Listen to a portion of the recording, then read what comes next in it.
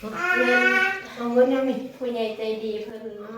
ให้ของขวัญปีใหม่นั่งขอบคุณเพื่อนลูกครับ ขอบใจเพื่อน ก่อนอื่นขอบคุณก่อน ทุกจ้า ทุกว่าขอบใจหลายๆเด้ เป็นไรเด้อที่ นี่เพิ่นนะ ตุ่นเอานี่เนาะกาต้องก้าวขอบคุณหลายๆเด้อครับคุณลุงเดี๋ยวคุณลุงนะได้นะ พี่ก็ได้ ขอบคุณหลาย ขอบคุณหลาย ๆขอบใจ พี่ เพื่อน ชาย ๆครับขอบคุณมากครับ ของขวัญปีใหม่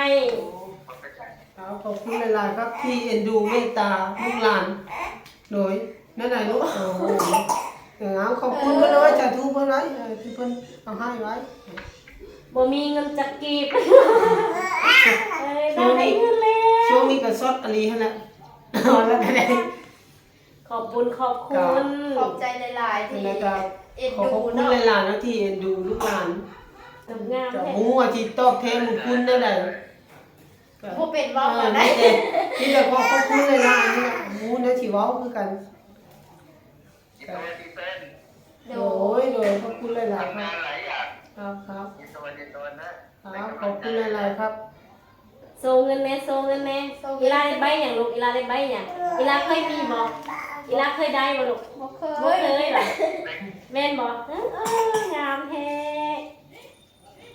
กราบขอบคุณผู้ใหญ่ใจดีแล้วก็พี่ชายอยู่ที่จังหวัดระยองนะพี่น้อง บ่ เพิ่ เห็ น น ก็ แต่สิค่ะ เพิ่นอยู่จังหวัดระยองเพิ่นก็ช่วยอุปถัมภ์คำสู้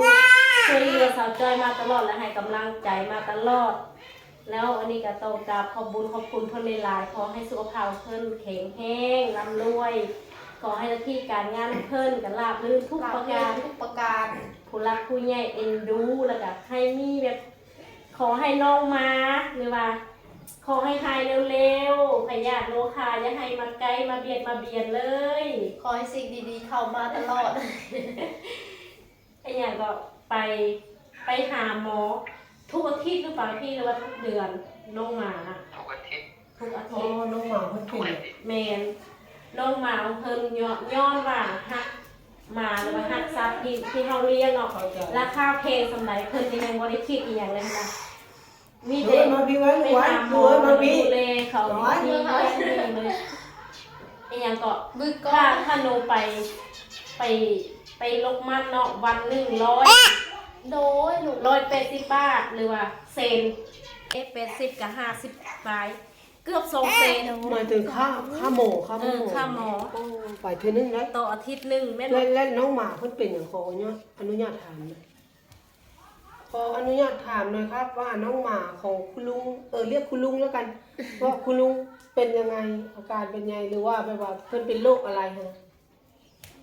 เป็นโรคมะเร็งผิวหนัง โอ้ พอเกษียณแล้วไปได้แค่ปากซอยออกจากซอยไปนานหมอแล้ว โอ้ครับก็ขอให้น้องหมาหายดีเร็วๆนะครับ ไม่รู้ ก็ขอให้หายดีเร็วๆแล้วก็ขอให้คุณลุงก็ขอให้มีสุขภาพเข้มแข็งแข็งแรงขอให้มีความสุขหลายๆโรคภัยไข้เจ็บอย่าได้มาใกล้ขอให้การงานการเงินของคุณลุงก็ขอให้ประสบความสำเร็จด้วยนะครับ การงานไม่มีแล้วตอน อ๋อ นี้ ก็ขอให้สุขภาพนั่นแหละคุณลุงรักๆขอให้สุขภาพแข็งแรงอืม ขอบใจหลาย ครับขอบคุณ เด้อ ครับขอบคุณหลายๆคือกันครับขอบคุณจากใจจริงค ค รั รั บบ ผมครับ ตอนนี้ พี่ยักษ์ ตัวนี้น้ำตาชิไหลแล้วครับคุณลุงซึ้งแฮงแบบว่าบกหน่อยนักที่จะมีคนแบบว่ามาช่วยเหลือไปสินะ อุปถัม อุป ภ์ ถัมภ์คำสู้ไปสินะก็ดีใจก็ขอขอบคุณหลายๆจากใจจริงเลย ครับผมทำความดีสิ่งดีๆก็เข้ามา ครับขอบคุณครับ คิดดีทำดีครับผมคิดดีทำดีก็โอเค ครับขอบคุณครับ หลายอย่าง ขอบคุณหลายๆที่เป็นกำลังใจให้ลูกหลาน ผมพี่ยักษ์ ครับ แค่ให้เป็นกำลังใจ ครับขอบ นิ คุ ด ณ หน่อย มาก นิด ค หน่ รั อย บ นิดหน่อย โดย ครับ ตอนนี้กาว่ากำลังว่าจะไปทำกับข้าวแต่ว่า แต่ว่าอันอาบน้ำพึ่งเช็ดก็เลยว่าป้าจ้อยมาหาก็เลยว่ามานั่ง น้ำเพิ่น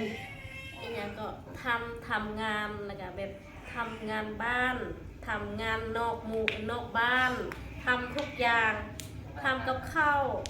ทำทุกอย่างคือเคยน่ะดีแต่ว่าส่วนเมียคือเอาแต่ลูกอย่างเดียวอ่ะ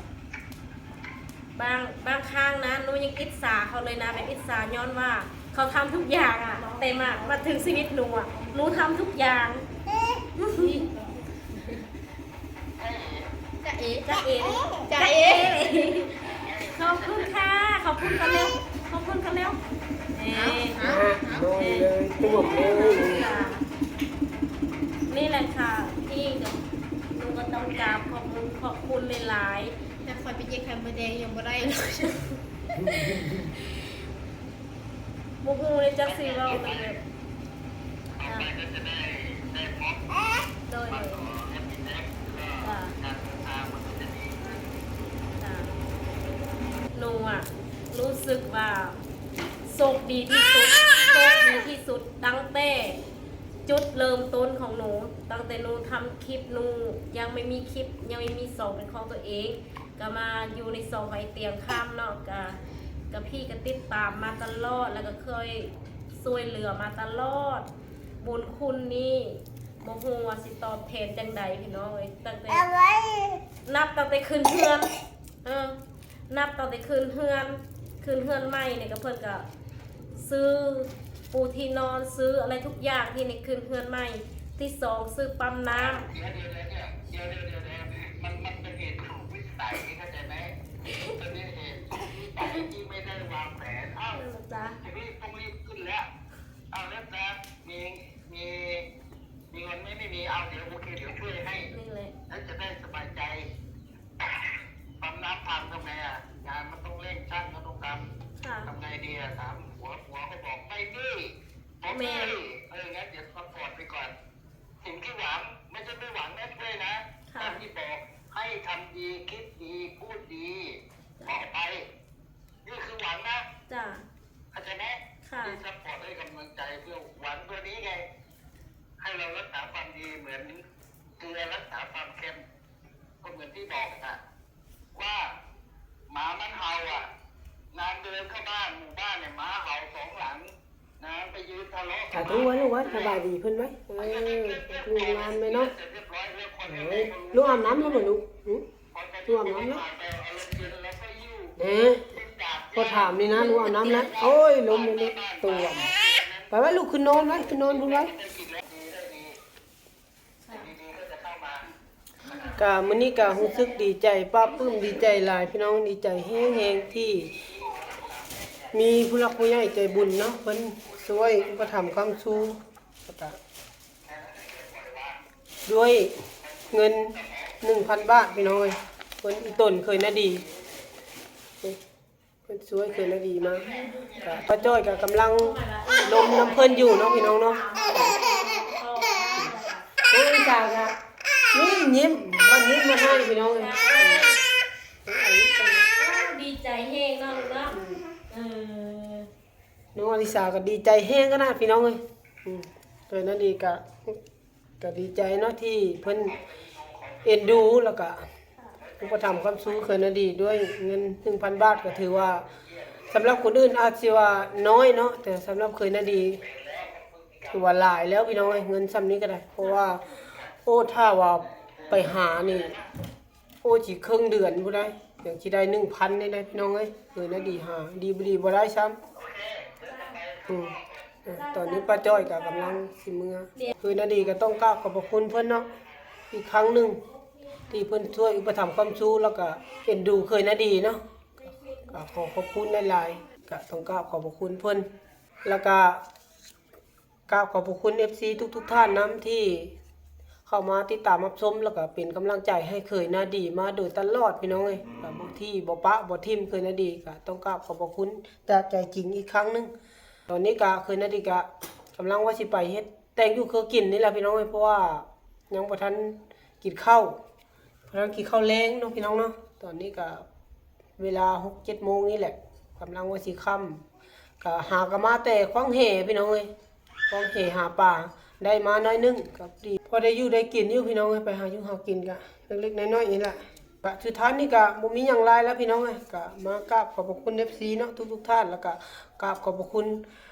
ทางผู้หลักผู้ใหญ่ใจดีเพิ่นที่อุปถัมภ์คำสู้นี่แล้วก็ก็สิได้ขอลาไปเฮ็ดกินก็พี่น้องเอ้ยก็สิได้ขออนุญาตไปแต่งอยู่ครัวกินกันเนาะตอนนี้ก็ค่ำแล้วสุดท้ายนี่ก็ต้องกราบขอบพระคุณอีกครั้งนึงอีกพี่น้องเอ้ยก็สิได้ขอจบคลิปไว้ซ้ำนี้ก่อนก็ฝากพี่น้องกดไลค์กดแชร์กดติดตามเพื่อเป็นกำลังใจให้เคยนะดีคือเก้าแล้วพี่น้องเอ้ยก็อย่าชุกหลังนี้อย่าตีหลังออกอย่าป้าอย่าโป้งเคยนะดีพี่น้องเอ้ยสำหรับคลิปนี้ขอจบไปซ้ำนี้ก่อนเนาะเคยนะดีก็เว้าบ่เก่งปานใดพี่น้องก็ต้องขออภัยนำหลายๆที่คำใดที่ผิดพลาดไปเนาะที่เคยนะดีเว้าบ่ถูกบ่ต้องก็ต้องขอโทษขออภัยนะก็คลิปนี้ขอจบไว้ซ้ำนี้ก่อนพี่น้องเอ้ยก็สิได้ขออนุญาตไปเฮ็ดกินก่อนบัดนี้แต่งอยู่ครัวกินก่อนบัดนี้เนาะบ๊ายบายพี่น้อง